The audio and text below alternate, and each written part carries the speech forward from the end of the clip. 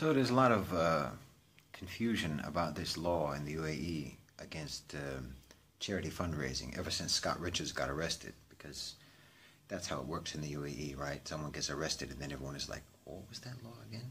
So the authorities have tried to clarify what exactly this law includes and what's allowed and what's not allowed and how everything works. So the UAE authorities have decided to clarify that. Thanks very much for clarifying that vague and poorly written law after you've already charged someone and detained them for almost a month. You know what? Actually, the best way to explain the way the new charity law or fundraising law works, you remember the scene in Casino when it's like the opening scene and they're following the briefcase through the casino to the counting room, you know, to the vault and all of that stuff, and they're talking about, there's the voiceover with Joe Pesci talking about the skimming, everyone's taking their cut.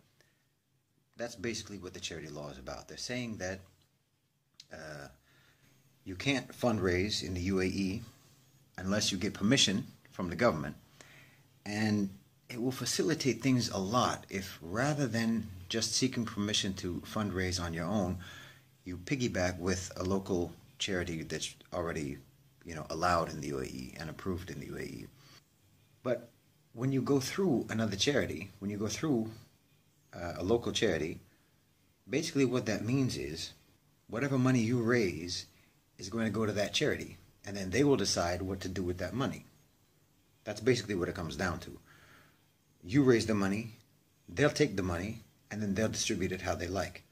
It's all been arranged just for us to get your money. Now, officially, you can seek permission. You can apply for permission to have your fundraising or whatever. It can take minimum 15 working days after they have checked your case. In other words, there's no time limit at all about how long it's going to take them to check the case. But once they have checked the case, then it can take maybe 15 days. Until now, I don't think there's been anyone who's gotten an approval. So the new charity law is supposed to ensure that money is not going to end up in the wrong hands. Really? The UAE has now become like the ombudsman for all international charities in the world. That means that they're going to perform an audit of that charity, of that nonprofit. They're going to follow the donation all the way through the organization system to the end recipient. Oh, okay, good to know. The law is designed to protect fundraisers and those in need. Scott, feeling safe, are you, buddy? UAE's got your back.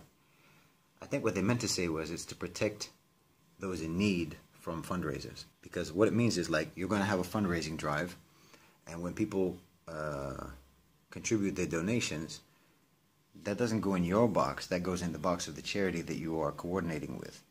So it's like you're having a fundraiser for blankets for poor people in Afghanistan so they don't freeze in the wintertime.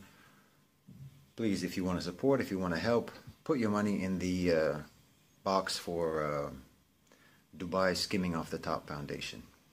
Seriously, in the real world, in real life, you're not going to get approval to fundraise independently. You're going to have to go through one of their charities.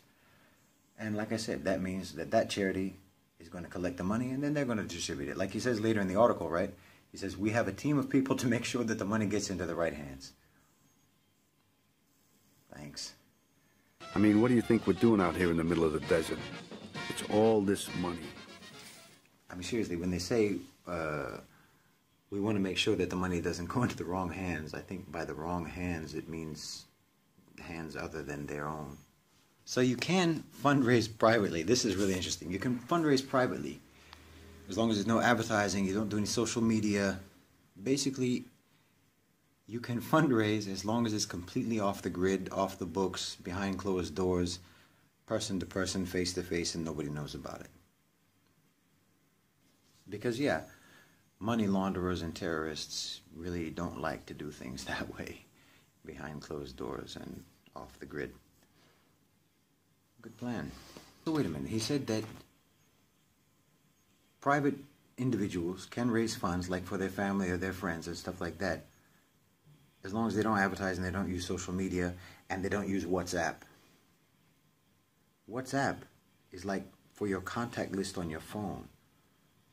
How is that public? How is that public advertisement. How is that? You're going to wait 15, 20, 30 days, a month, 2 months before you send a message on WhatsApp? Really? I mean, let's be serious. Registering with the UAE, getting approval from the government, or working through one of their charities, that does nothing whatsoever to promote transparency or to guarantee that the money is going to reach the right place. That's nothing, has no effect whatsoever on any of that. The only effect that it has is making sure that any charity that wants to fundraise has to go through one of the local charities so that those local charities will actually receive the funds that you raise.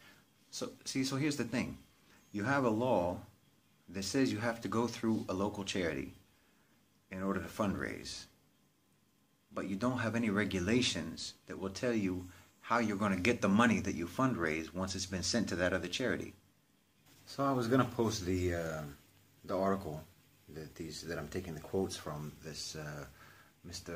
Awadi from the Islamic Affairs and Charities Department or something like that.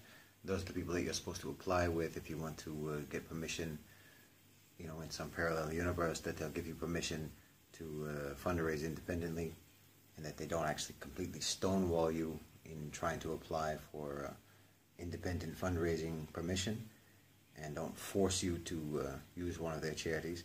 But anyway, I'm not gonna put the quotes here for you. You can look at the link. We'll inshallah put the link in the comments or something, so you can see the article for yourself. So I hope this clarifies the issue of the fundraising law in Dubai. I don't think that the clarification provided by the authorities in 7 days was particularly enlightening, so I hope that this clears it up a little bit. Basically, you don't fundraise, you don't talk about charities, you have to get permission to send a WhatsApp message or share a post on Facebook, and that's for your own protection.